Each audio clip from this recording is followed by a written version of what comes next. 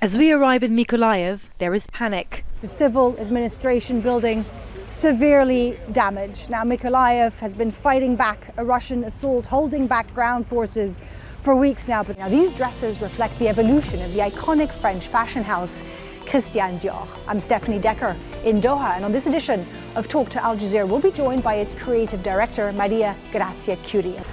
I'm Stefanie Dekker in the waters off the Qatari coast. We are surrounded by whale sharks. The biggest fish in the world actually has gone right underneath us. Also wearing American accessories like sunglasses, face masks and night vision goggles. This is also part of a PR change, moving away from the idea of being an insurgency and being a very well-trained official security arm of the state. These life jackets and deflated dinghies, a reminder of the mass influx of people that started here 5 years ago. How have people been affected by it? Has perception changed from the islanders towards this issue? In the beginning you were taking people in. Now how do you feel about it? There's orders being given by the army commanders. So let's move this way, Ali. This highway's been backed up all the way. So you can see they're now trying to open the road. Come this way. The protesters are putting their hands up, shouting peaceful. Stay behind me, so I can't say. People are from Mariupol, from Kharkiv, from Luhansk, from Donetsk, from Mykolaiv, from around the capital, Kyiv. Many of them fled under shelling, each with their own stories of hell. Are you excited? I am beyond excited. It's incredible how close we are to these mountain gorillas, and they're very relaxed, just really watching us, watching them. Now these great apes were facing extinction just a couple of decades ago.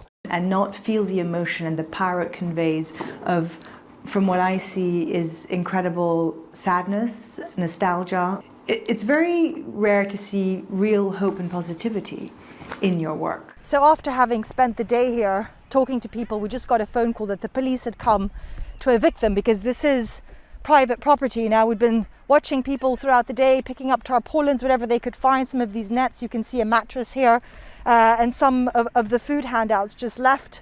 So again, they're on the streets. Yes, there is a new camp that's been set up, but by no means is it large enough to house the thousands of people that need shelter.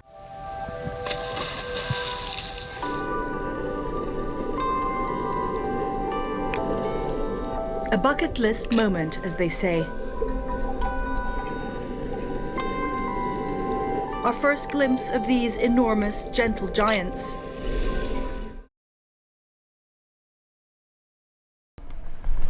As we arrive in Mykolaiv, there is panic. A Russian warplane is suspected of being close by. People are told to find immediate shelter. Soon after, the air raid sirens sound the alarm across the city. My hands are shaking. I can't eat, I can't drink, I just want to stay alive. The only thing that keeps me strong is my family. I have a small child. I want him to live under a peaceful sky. I don't want to live in another country. I want to live in my motherland. I am Ukrainian. Mykolaiv is the front line in the southwest, the last stop on the road to the strategic city of Odessa, Ukraine's biggest port. Mykolaiv has seen fighting for weeks, but this is a strike at the heart of governance here. It used to be the civil administration building, but now in times of war, we're told it's also being used by the military. This morning at 08:50, there was a strike on this building. There are fatalities and injuries to people pulled alive from the rubble. They have different levels of injuries. Rescue workers are still looking for survivors inside the building. The attack happened just a couple of hours ago now. The civil administration building severely damaged. Now Mykolaiv has been fighting back a Russian assault, holding back ground forces for weeks now, but the city has been severely damaged. And there's psychological damage too.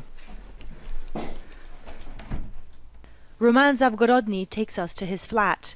He fled to Mykolaiv a few days ago from the Russian-occupied southern city of Kherson, around 60 kilometers from here. I woke up and was making a coffee. I took the kettle. Then the building started to shake. I was confused. I just started to run around the apartment. Then I understood what was happening. So I started to film from my window. I saw the smoke.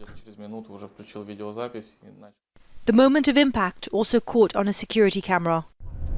Mykolaiv has been praised for recently managing to push Russian ground forces back. But this is an ever-changing front line. We're told it had been relatively calm here over the last few days.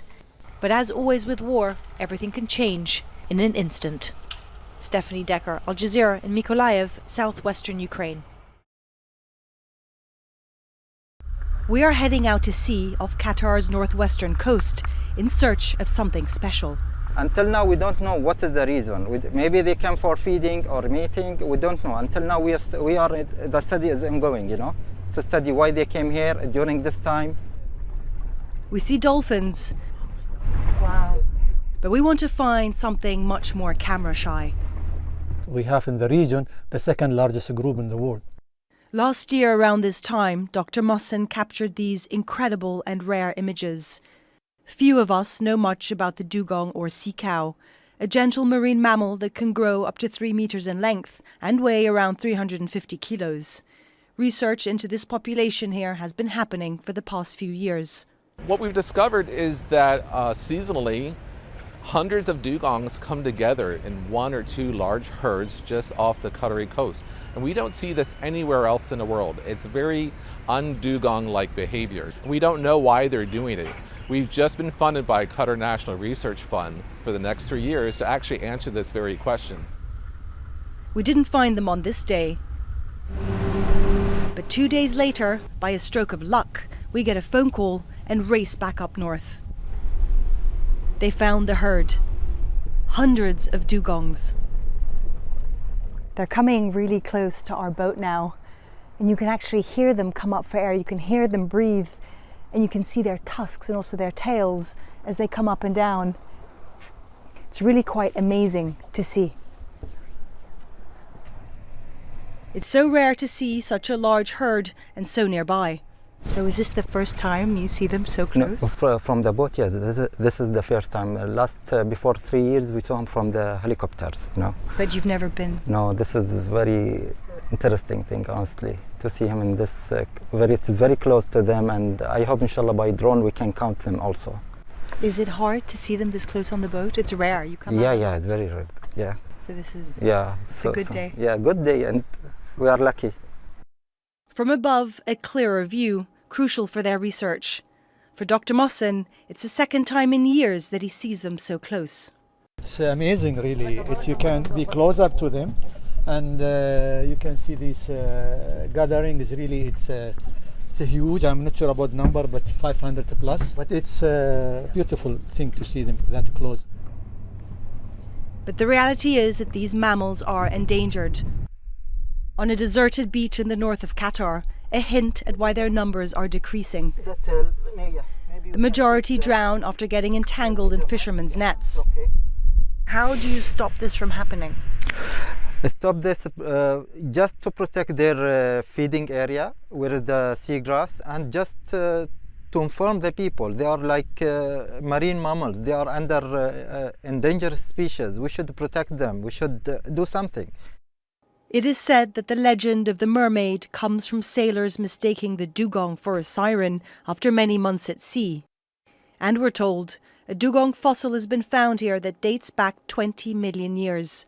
Scientists have told us much more needs to be done to protect their habitat so that these gentle sea creatures don't disappear forever. Stefanie Dekker, Al Jazeera, on the waters of northwestern Qatar.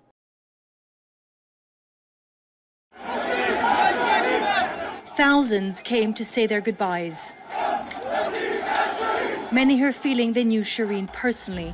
That's how much she connected with her audience, telling the story of her people, and now becoming the story. So many people love her and will continue to love her through the strength of her reporting, but also the love that the people around the world have for us in Palestine. People know that what Israel's doing is a war crime, and they feel helpless, but today we don't. The occupation she long reported on. just as the coffin started its final journey to the church. Mourners were pushed and beaten by Israeli forces as they stormed the hospital square, the pallbearers retreating, her coffin nearly falling to the ground.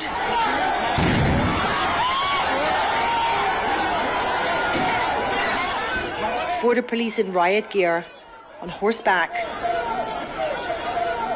Baffling scenes, at least one man pulled out of the hearse. Israeli forces also removing the Palestinian flag.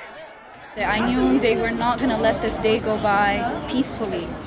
I was on the front lines when we were trying to exit the hospital while they were carrying her casket. And the troop, they just stormed in and they were beating up everyone. It was very frightening, to be honest. There was also tension when Shireen's body arrived outside the church in the Christian quarter of the old city. Crowds filling the small streets of this ancient city.